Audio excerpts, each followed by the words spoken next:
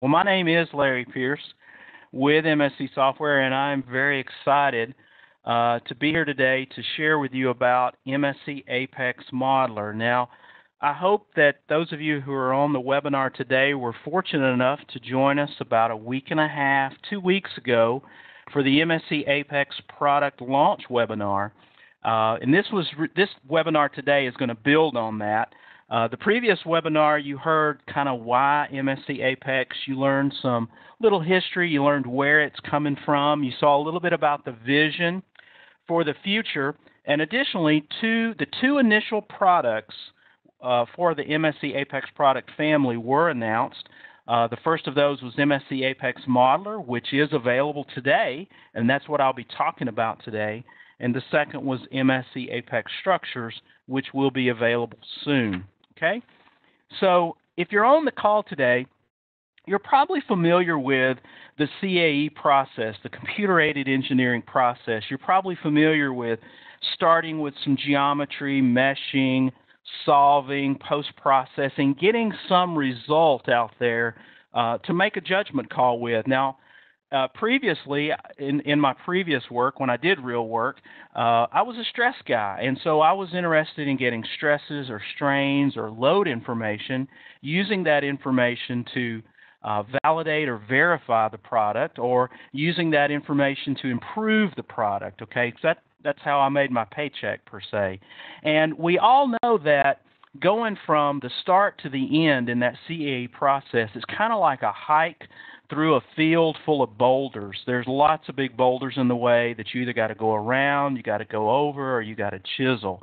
And we know there's boulders in that process because MSC, we hear from people who are in the process, people like you on the call today, we hear comments like these quite often, that the CAD geometry is not analysis suitable, that there's a lot of detail there, that the analysis model is a highly idealized model, so there's a lot of work to get to that point. We hear things like the geometry needs repairing, it's dirty, and the geometry operations to fix it are tedious, error-prone, and they take too long. So change always happens, whether it's preliminary design where you're doing some fast iterations to look at alternative designs quickly, or maybe you're actually in the process of doing an analysis, you get to the end, you look at the margin of safety, and it's not adequate. And so now you've got to change the parts, you've got to change the design. Often those changes to put into the finite element analysis are actually quite painful, and sometimes you even have to start over, okay? And the other thing that's another big boulder in that path is that the existing products in the CAE space are honestly, they're hard to use, take a long time to learn. You almost have to be an expert to do it. And for folks like you and I on the call who are using the software, that's what we feel. We feel the pain that it's hard to use. But, you know, the folks we work for, what they see is that implementation and support costs are high, you know. And they see the fact that if it's hard to use, it takes a long time to do. They see schedule slipping, or they see the fact that they don't have time to do product improvement, so therefore it's the competition that's making the better product, and they're the ones that are making the money, and they're the one that's getting my bonus check. All in all, you take all these boulders that are in our path, you know, we kind of feel like this poor guy. We're pulling our hair out, okay? So we want to do something about that. We want to actually have more fun in our work environment. Now, these issues and problems, MSC did a survey earlier this year to just reaffirm and reconfirm these issues and problems, and the results of that survey were presented a couple of weeks ago at the product kickoff webinar, or the product launch webinar, but I just wanted to just reiterate a couple of them because they totally reaffirm what I was just talking about. More than 50% of the respondents said it takes them, you know, about a month to learn CAE software, so that's a long time. 55% said that they spend at least 30% of their time cleaning up geometry, and some take more, up to 80%, okay? So if you're spending all that time getting your model ready, you're not having a lot of time if change occurs, and you're not having a lot of time to make your product better. So all in all, most companies, most people view simulation as a bottleneck, and most people say they don't get the results in a very timely fashion, okay? So what can we do about this? Now, we can do the same old thing. We can throw the same solution, so to speak, and we'll kind of end up with the same results, or we can actually kind of think out of the box a little bit. So MSC began a few years ago to rethink the whole interaction, the whole process of doing an analysis, okay? And if you look at the traditional process, it's a lot like washing your hair in the morning. It's the whole lather, rinse, repeat thing. It's the whole pre-solve, post, pre-solve, post. And the traditional process oftentimes starts with some CAD geometry that is disconnected from the process in a lot of ways, and then the user has to manually go pre, then solve, then post, and you usually have to do it again, just like you rinse your hair again. You have to do that over and over again until you get some solution results that are meaningful. So MSC looked at this process, and Apex actually offers a new architecture where we integrated the geometry, the meshing, the pre, the solve, the post into a single environment. And by doing this, we have a completely generative environment that replaces the pre, then solve, then post paradigm with a more modern pre and solve and post paradigm. And the end result to come out of this thinking that happened at MSC, and it was other things than just the single slide that I just shared with you, is MSC Apex, which was introduced a couple of weeks ago, and we're taking a deeper dive today. So what is MSC Apex? Well, it is MSC's new computer-aided engineering platform. It is a game-changing user experience. It is easy to learn. I'm going to say that again because it is easy to learn, and it's easy to use. I'll even say that again because it really is easy to use. Ease of use is an often overused term, and so when it comes to Apex, I like to say it's actually pleasurable. I know as computer-aided engineers, we often don't think of our work as being fun because we're kind of like the guy on the previous slide. We're pulling our hair out, messing with nodes and elements, so to speak. But using Apex is honestly a pleasurable experience. So it's this unique game-changing user experience. It's easy to learn, easy to use, and it's powered by a CAE-specific direct modeling and meshing engine. And this is what we're going to focus on today because this is MSC Apex Modeler. Okay, so this is going to be our focus today. Additionally, when MSC Apex structures come out, we'll be talking about the other items that are here, which is the integrated incremental solver methods, the solver validated modeling, computational parts, and assemblies. Okay, so MSC Apex, our vision for this is quite large. Okay, but we're delivering it in stages, making sure that each stage delivers value, that it's a standalone product that can be used by customers in their processes to make their processes better, to make their products better in a more timely fashion. And, in the end, we'll all get bigger paychecks, hopefully. So the products that are out there, the products that have been announced, are MSC Apex Modeler, which MSC Apex Modeler is actually on its second release, which is the Black Marlin release.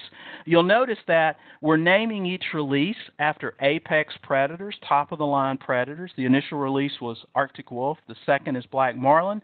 And then the third release will be Cheetah, and Cheetah will be the release that not only includes additional capabilities in MSC Apex Modeler, but it'll also be the first to include MSC Apex structures. And just if you're curious, the Black Marlin really is an apex predator, about 1,500 pounds, about 15 feet long, and it can swim at 80 miles an hour. So it's a mighty big fish. So what is MSC Apex Modeler? Because that's our focus today. It's a product that's focused on solving that whole CAD mesh issue, allowing you to generate finite element models from your CAD geometry or from any geometry quickly and easily to reduce that 30 to up to 80% of your time that you spend doing that to honestly turn it into just 20% of your time. MSC Apex Modeler is, targeted at allowing you to do more, do more models, more analyses than ever before, using that extra time that you gain. Or if you want to use your extra time for a longer lunch, that's okay with us, MSC. We don't care.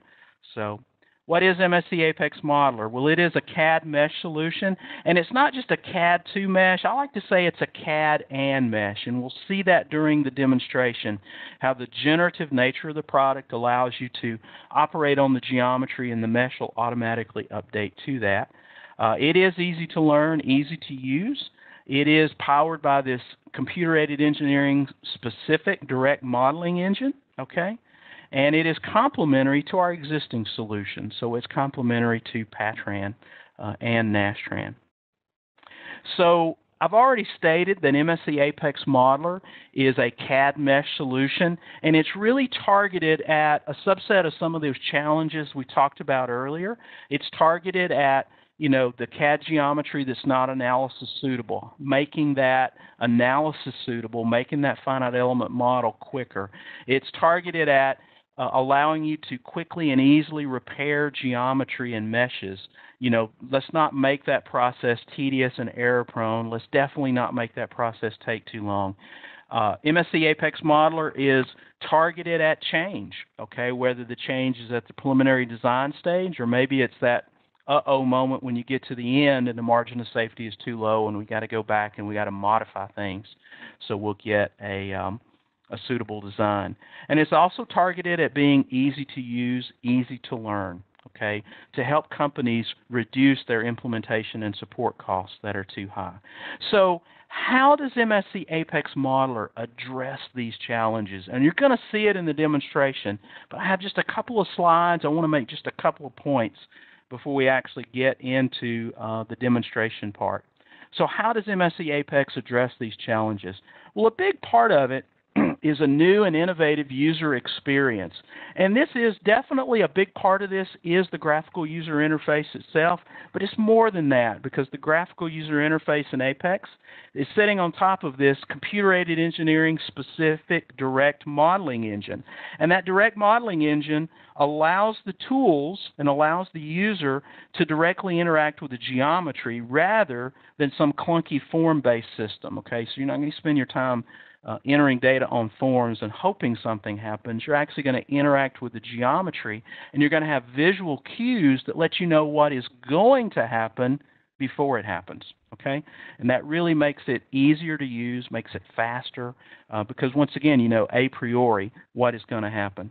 So the user gets to operate in a more intuitive fashion, and that's a big plus. Now, once again, these smart tools are built on top of the direct modeling and meshing, and these tools do more than just regular tools. That's why we're calling them smart, and they replace many, many, many tools that are in most traditional computer-aided engineering pre- and post systems, and they allow at least a 10x reduction in the number of tools. So rather than 1,000 tools, you may have 100 tools. And each of these tools does more because we can't reduce functionality. We still have to do the same stuff, but now we've got fewer tools, each tool doing more. And if you've got fewer tools, and if the tools are smart and if they do more, you're going to find the system is totally more discoverable. You're not going to spend time looking for the function to follow the function to follow the function to cascade functions to create a construction geometry so you can actually make what it is you really want. Instead, you're just going to spend your time, honestly, in very few tools. In the demonstration you'll watch, you'll see I use basically 3 tools during the entire thing.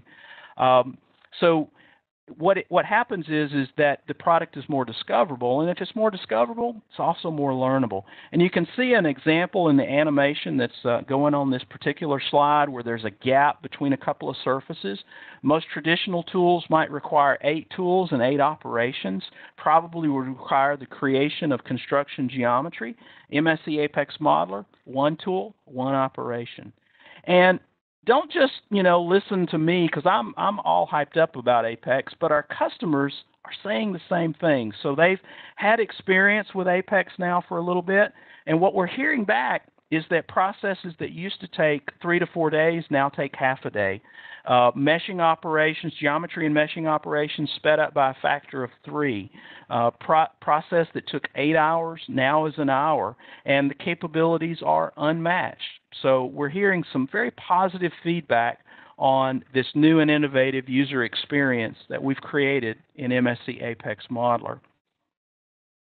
So if the tools are discoverable and if it's very learnable, well, one of the big benefits is it's going to take less time to learn the product. It's going to take less time to be trained. And this is definitely something that our customers are asking for. They're saying, you know, we can't afford to send all of our employees to Hawaii for a week-long training class. I'm sure everybody on the call has had those Hawaii classes. We can't afford the teacher to come on site and teach our guys. You know, we can't afford to have a bunch of experts in the pre and post processor. We need expert engineers, to be honest with you. And so the training costs for the traditional approach and most existing solutions is honestly quite steep and honestly quite significant. With MSC Apex, training is a day. You actually teach yourself. You watch some videos that are included with the product, and you know it is sort of the YouTube generation, so people are accustomed to that. The software is easy to use, so you can be an expert engineer, but not necessarily be an expert in Apex, but still produce expert results. And the training cost for this paradigm is negligible. This was one of the biggest challenges that I think that MSC had when we rolled out this product. We had a lot of people interested, a lot of people who wanted to get their hands around this product and kick the tires, so to speak, but because most people hadn't purchased it yet, we couldn't actually ask them to send their people to Hawaii for a week-long training class. At most, we could expect 2 to 3 days. So our training regimen has been quite simple. Maybe an hour presentation to get started, watch the videos that are part of the product. By lunchtime, you're using the product. I think that's honestly has resonated well with customers and honestly speaks well to the design of the product in terms of meeting our requirements that it be highly learnable. Some of the quotes that we've had relating to that is that, you know, it's very easy, very fun to use. This person cheated. He didn't even watch the videos, and yet he was able to use the product. So, yes, I do believe it is easy to use. My favorite quote is that the best experience is that it was just fun. Now, you know, our work is very serious, okay, and our work, we're dedicated. It takes a lot of experience to do this kind of thing, but it can sometimes be like slogging through a jungle, okay, pulling hair out like the poor guy in the slide previously. But it definitely makes our work environment more enjoyable if the software that we're using is actually fun. My daughter has seen me use the product, and she actually thinks I'm playing a game. So she thinks work's going to be fun when she gets there someday. So what's included with MSC Apex Modeler, and we're getting very close to the demonstration now. Well, remember, it's a CAD and mesh tool, so we're going to see a lot of functionality in the product that's really aimed in that direction. We have tools for direct modeling. Remember, it's on this direct modeling engine, so there's tools to move vertices, move edges, move faces of solids. There's an integrated sketch tool. There's feature identification and defeaturing. There's a lot of tools for editing geometry, for closing gaps and splitting surfaces and such like that. A rich set of meshing tools for surfaces, solids, curves. We have feature-based meshing, some innovative mesh seating technology, and also mesh edit functionality as well. The product currently will fit in your existing workflow. You can bring the CAD geometry or geometry from really any source into MSC Apex. You can see the file formats that we support, and then you would export from the product a Nastran bulk data file or the Parasolid geometry file if you wanted to, and then continue the work in let's say Patran to add, say, loads and boundary conditions. Because MSC Apex Modeler is focused just on the CAD and mesh portion. It has value in and of itself because you're going to save a lot of time fixing the geometry and a lot of time, quote, fixing the mesh per se. So therefore it does provide value in the current engineering context in the current process. It'll provide even more value once the additional capabilities of MSC Apex Structures comes online a little bit later. So let's do the demonstration. And the demonstration today, I will be using black marlin. So let's go hook a big fish, all right? So this is MSC Apex Modeler, and when you come into the product, remember I've already emphasized learnability of the product. So when you come into the product, there's actually going to be a library of videos that we deliver with the product, okay? I've lost count, to be honest with you. There's about 100 videos, maybe a few more. We're delivering these videos in English, Japanese, and Chinese, so that's something that actually MSC is proud of. So you can actually peruse to a topic of interest and watch a video if you want to learn in that manner. Normally what I tell people when they're getting started is I actually say go up to the search area in the product and type in the word tutorial. If you type in the word tutorial, then it takes you to a page that gives you a link to some getting started videos. And these are the videos that people who have been trained have used to learn the product. So there are 7 or 8 videos. We also include a link to the geometry that's used in the video so that you can follow along at home if you want to. Additionally, speaking of learnability, you may actually, as you're using the product, you may have a question. If you hover over any particular tool, it'll actually give you a graphic about what that tool does. There's also a link to text documentation and a link to a video specifically related to this particular tool. These videos are 1 to 2 minutes long to kind of just help you take a quick deep dive on this particular feature, on this particular function, and answer any question that you may have about how it should be applied in your particular scenario. Additionally, all the different tools have something we call workflow instructions, and the workflow instructions will basically say step 1, step 2, this is how you use this function, and they'll also give you some hints as to some keyboard shortcuts that might be beneficial while using this particular function. Okay? So let's get started, and what we're going to do today is we're actually going to do a mid-surface model of a aerospace bulkhead, and we're going to do a couple of other things as well, but we're going to start out here. I'm not going to do this entire bulkhead in the interest of time. We're just going to do a subset of it, so let's just take our subset here and kind of zoom in on it. This is actually one of the training videos that's provided with the product, and if you've ever seen me demonstrate the product before, you may have seen me use this part as well. It's a very good part. It has a lot of different salient features that I like to talk about in terms of MSC Apex, and I can bring those to light fairly quickly using this particular geometry. So let's get started. Our first step is to notice that there's actually a lot of different thicknesses here. There's lots of different fillets, and we have some powerful defeaturing tools, but I want to also emphasize that in addition to being able to defeature, we can actually work with the geometry as is if needed. Our edge and vertex drag tools are strong enough that you don't honestly have to defeature before you do it. So I'm going to just ignore that for the moment. And because there's lots of different thicknesses and lots of things that are intersecting, it's usually quite difficult to get an automatic mid-surface.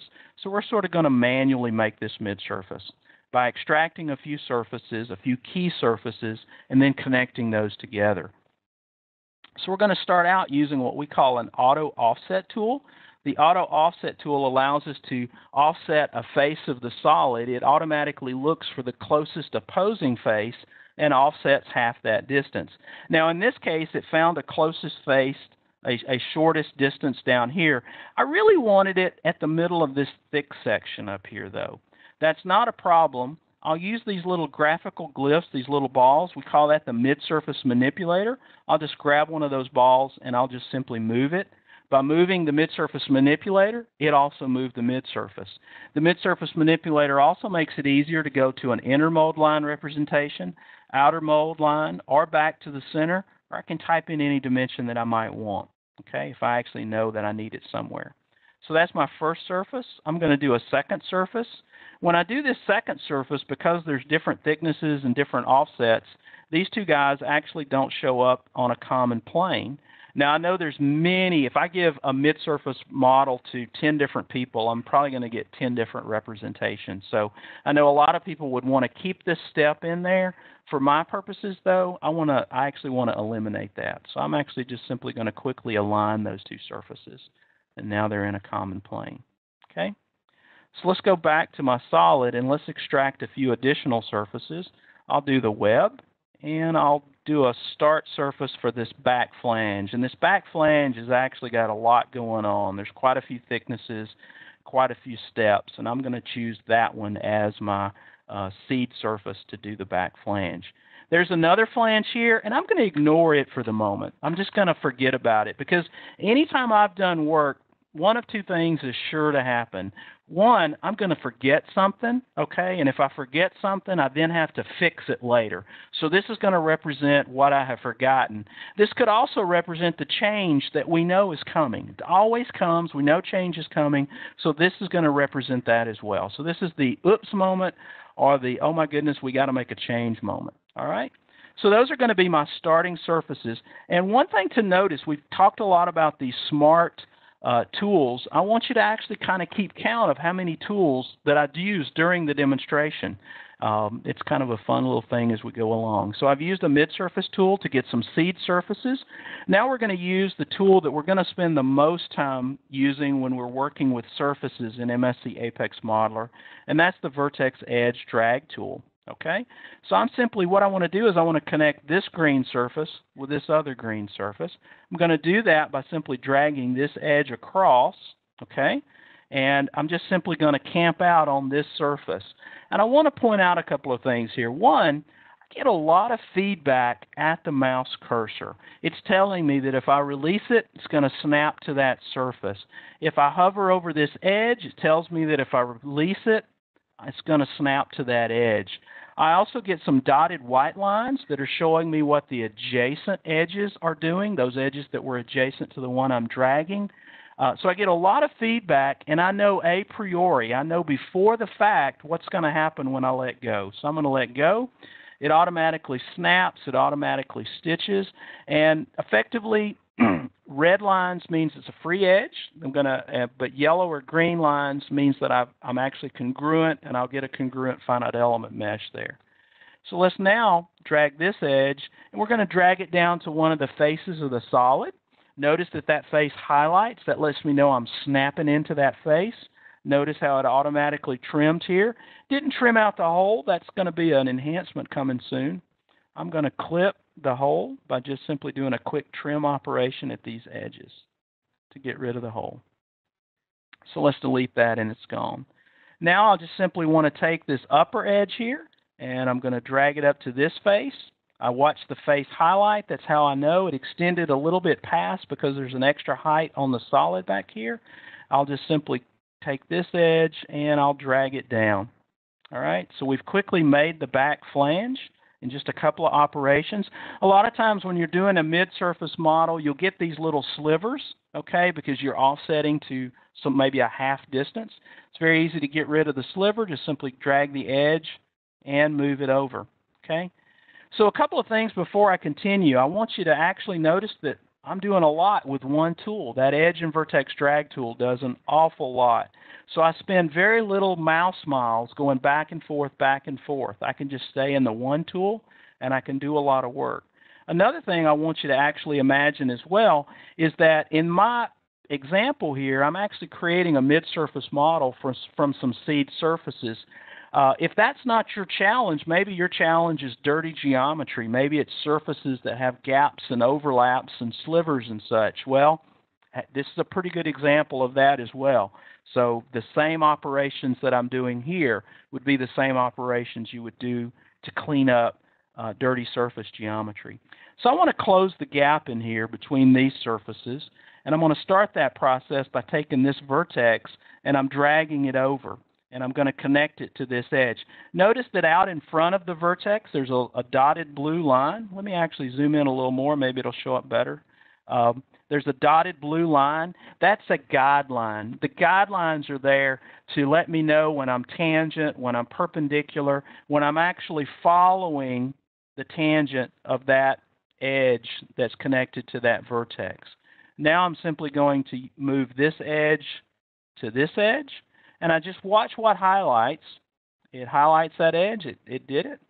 And I got one more little gap here, so let's close that. So we've now completed that side flange there.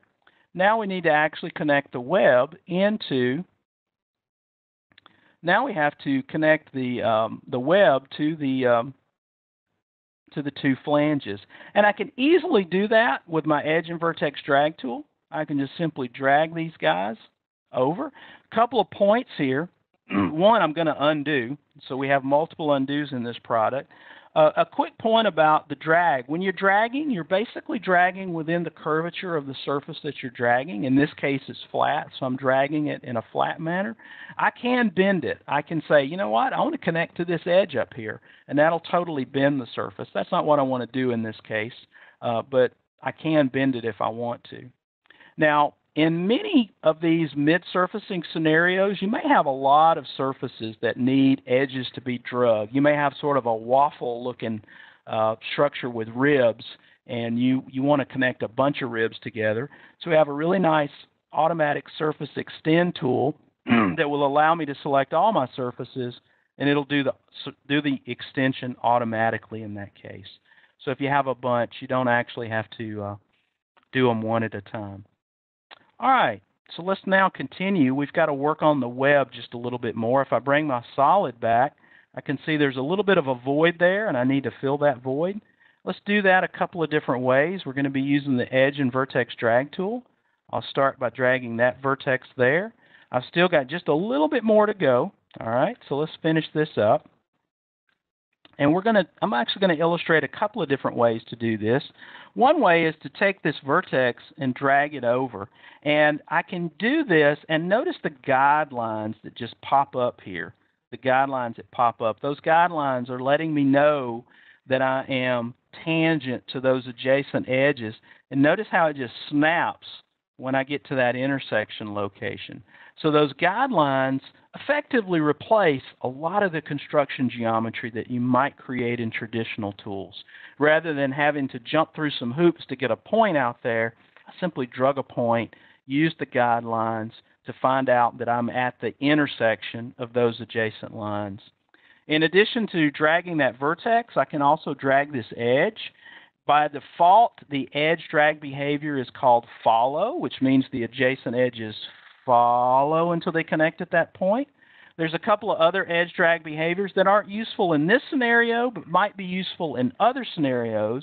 There's what we call a stretch behavior, where the adjacent edges actually are changing their length. And there's also an extrude behavior, where I'm effectively creating new edges. So we'll go back to the follow, and we'll finish that up. Now, in my example here, I've actually got different thickness areas, okay, because I've got some fillets on the web section and the back flange. So let's actually introduce some splits to capture that.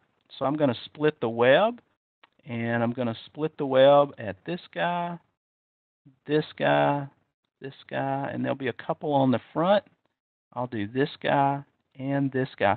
Notice that I didn't select the little round part. I'm doing some idealization here, all right? So this edge here, when it splits, it's not going to go all the way to that one, and that's not a big deal. Because once I get the split in place, I can actually do a vertex drag. And let's change the color here, use maybe a slightly lighter green color. I'll just simply use the edge and vertex drag, and I'll watch the guideline. There's a dotted blue guideline here. It'll show up better on this one. There's a dotted blue guideline that lets me know that I'm actually extending that edge rather than deviating from where that edge is. And there's actually a little small sliver down here as well. Once again, follow that guideline, watch the edge that highlights. I know a priori what's going to happen before I let go of the mouse. Now let's do a split on the back flange here. So I'll pick those two surfaces, and I'll do the split at this particular edge, and I'll do the split at this particular edge. And I need to do a quick extension here, so I'll do the edge and vertex drag. For those that are keeping score at home, I've used 3 tools to do all the work that I have done. I've used the mid-surface tool, I've used the edge and vertex drag tool, and I've used the split tool. So I've done an awful lot of work with just 3 tools. So let's now go into the meshing operation, and we're going to mesh the surfaces. Now, in terms of meshing, we can do triangles and quads, all triangles. We have free meshing methods like the paver. We have mapped meshing for more regular regions. I can mesh the entire body, or I can actually mesh individual faces, and I can use different mesh conditions for each individual face if that's what I want to do. In this scenario, I'm just going to mesh the whole body.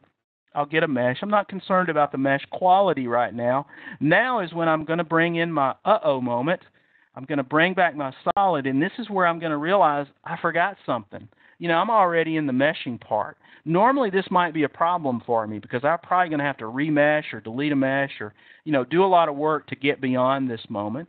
In MSC Apex, because of the generative nature of the product, I'm simply going to go in. I'm going to create a mid-surface for the little flange, and we'll go ahead and mesh that flange. And that's got a mesh on it, and we can see that it's still disconnected.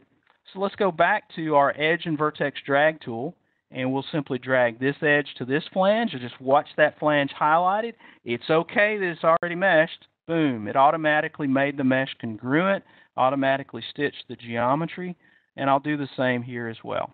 Okay, so I've now integrated that flange. That was my uh-oh moment. That was what I forgot, or maybe that is, once again, we've gotten to the end of the process and we need to fix something so it'll pass.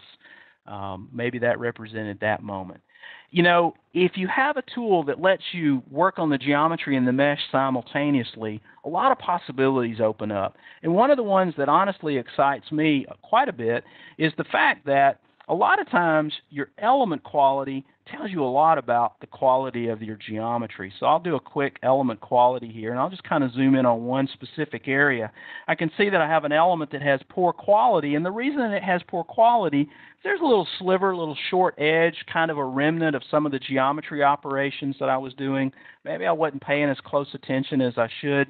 Not a problem. I'll simply take the vertex, I'll drag it over, I fix the problem, the mesh automatically updates. Okay?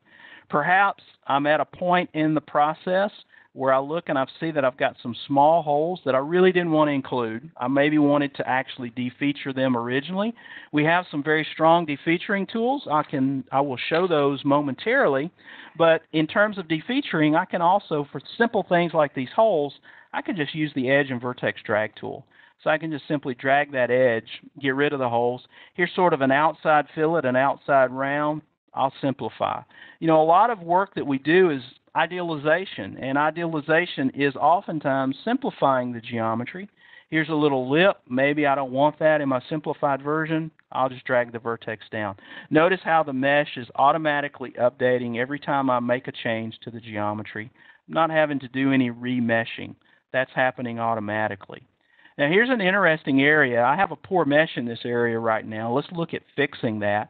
I actually have what appears to be sort of a fillet. It's not really a fillet. It's really just a long edge that's got a crook in it. So let's actually fix that. And let's do some simplification. So I'm going to add a vertex there. By adding that vertex, I can now move that vertex. And I'll move that vertex over to here. I'll look at my guideline, and presto, I've squared that off now. I got rid of a detail that I may not need in my analysis. Okay? I know a lot of times people spend a lot of time trying to get the mesh they want, especially in the area of interest. So I'm actually going to come in here. Maybe I want to automatically refine the mesh in this area, and I'm going to do that by maybe introducing some splits. Because if I introduce some splits, I can actually go in and use different mesh characteristics in different areas of the part. So once again, as I introduce the splits, the mesh automatically updates, automatically congruent. If I don't like what I did, if I'm playing what if, and we all play the what if game a lot, it's honestly probably more popular than soccer. I can quickly undo or I can quickly redo to go back. Okay? So let's look real quickly at some FEM editing tools that we have. We'll just do one real quick. We can totally move nodes around if I want to move a node around, maybe for a fastener location. Once again, we get feedback. This is an okay location. That's a bad idea, so don't do that. So we can move nodes around. Also, I know a lot of people will want to refine the mesh locally in stress areas by maybe adjusting the mesh seed. So I will increase the seed in that area, and I'll simply copy that down to there. So we've got a pretty good looking mesh here. Got some washers around most of my holes. So let's actually go in and quickly create a material and assign that. So we'll create our material. My units are currently in metric. I'm going to enter in. I'm in Atlanta, Georgia, so I'm an English units guy. So I'm going to enter in my elastic modulus as 10e to the 6 psi. but Apex is going to automatically convert that to megapascals for me, and that's actually a good thing because I don't think I could do that conversion in my head. So let's quickly assign the material to our part. It shows up in our model browser tree there. As for thicknesses, let's do the thicknesses automatically. So we're simply going to use our automatic thickness tool where we're going to map the thickness from the solid to the shell that we have. So I'm simply going to pick my elements, and I'm going to pick my solid, and we've applied thicknesses here. And we graphically, these are not solid elements. This is just a graphical representation of the different thickness areas. Notice that my mid-surface was not always at the middle, okay, because I had lots of different thicknesses, and you know, I could have arrived at mid-surfaces at the middle if I approached the problem slightly differently, but I can quickly review what the thickness and the offset is in each of these individual regions, okay? And I can also change it because we know that engineers are, once again, all about playing the what-if game. So maybe I want this flange to be one thickness now. Maybe I don't want it to be this thinner area. So I'll just quickly come in. I'll change my thickness, and I'll change my offset, and voila, the model is updated now. I'm ready for the analysis that I might want to do. So let's do one other thing real quick in our just remaining moments here. I'm going to shift gears from this mid-surface representation, and I'm actually going to do a different model now. So let's look at a different model. This is a small bulkhead, and we're going to look at a solid mesh on this particular bulkhead as opposed to a mid-surface mesh. And the first thing I want to illustrate real quickly are some defeaturing tools that we have in Apex. We can defeature solids or shells. We can defeature onesie twosie, which is what I'm currently doing, where I'm just going to pick, like, you know, in this case, pick the fillet, got rid of the whole fillet in that pocket. So we can do them one at a time if we want to. We can also do them a bunch at a time. All right, so we'll pick our entire solid.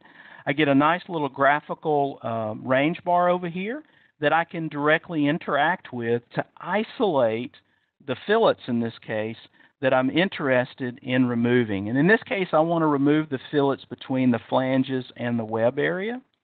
So I'll just keep interacting with the range until I just basically see blue in the areas that I'm interested in removing. I want to keep these guys here. I'll select them from the graphical from the range bar, and I'll defeature, and they are gone. Okay, I can now come in and mesh this part, and so we'll just simply mesh it. And now we'll play the what-if game, which once again is, I think, more popular than soccer. So we'll come in here, and let's just pretend for a minute that we've analyzed this, and we feel that we need some extra reinforcement in this area. So let's add some reinforcement. And this, once again, will illustrate the generative nature of Apex, because even though it's meshed, that's not going to stop me. I'm going to fix this. So let's go in, and I will use our sketch tool, and I will sketch directly on the solid here. And let's change our grid spacing just a little bit. And I will simply sketch the outline. I can enter in exact dimensions if I want to, but I'm just going to sketch the outline of the flange that I'm about to create. And now I will use the push-pull tool. And the push-pull tool is to solids what the edge and vertex drag tool is to surfaces. So it's just simply going to allow me, I can enter a dimension, or I can drag the push-pull manipulator, and by pulling up on that manipulator, I've added a, quote, thickness or height to that flange. I can now either continue to do push-pull operations using the push-pull manipulator, or I can do some up-to operations where I want this face to be up to this face. And notice that the new little section that I have created, it's automatically part of the solid that I have. It's automatically meshed and as part of the solid. It's part of it. It's not a separate solid. It's actually already been Booleaned in. So I've quickly added in an additional flange using the up-to operations to make it a part of my solid. The push-pull tool is also very useful. Although we have powerful defeaturing tools, the push-pull tool is also very useful. I can come in here and close up this hole, for instance, by taking that face, dragging that through, that hole is gone. In addition to operating on the faces of, say, a solid, the push-pull can also operate on the edges of the solid and actually allow me to create a fillet if I want to. If I want to reintegrate a fillet into my model. A lot of times you actually want a particular mesh on a particular area, and for that we have feature-based meshing. So I can quickly come in and say that on fillets or chamfers, washers around holes, I can define the mesh pattern that I want around these common geometric features. In the case of a fillet, I might actually say that, you know what, that the elements around the circumference there or along the face of the fillet, maybe instead of it being automatically calculated, maybe I want 3 elements. Okay, we'll go back to our solid mesh, and we will enable feature-based meshing. We'll pick our solid. The mesh will update, and we'll have 3 elements across the face of the fillet as opposed to 2. And there's more that I could say, but in the interest of time, because I am running out of time, I'm going to kind of stop the demonstration. And there's going to be more of these type of presentations coming up in the weeks ahead. So you'll get to see more of MSC Apex Modeler. And you may probably want to get your hands on it because it's a lot of fun to use. So let's go back. We hooked a black marlin today. And I hope that you saw that MSC Apex Modeler is easy to use. It is easy to learn. I like to tell people, I know a lot of people on this call may not be from the United States, but I'm from the state of Alabama in the United States, which, you know, a lot of people, you know, they think of those folks from Alabama as being backwards. That's not exactly true, but I am a product of that education system, which I actually looked up. It doesn't rank very high, and I find Apex easy to use. So I like to consider myself the poster child. If I can do this, anyone can. It is totally addictive, all right? Like I said, my daughter thought I was playing a game.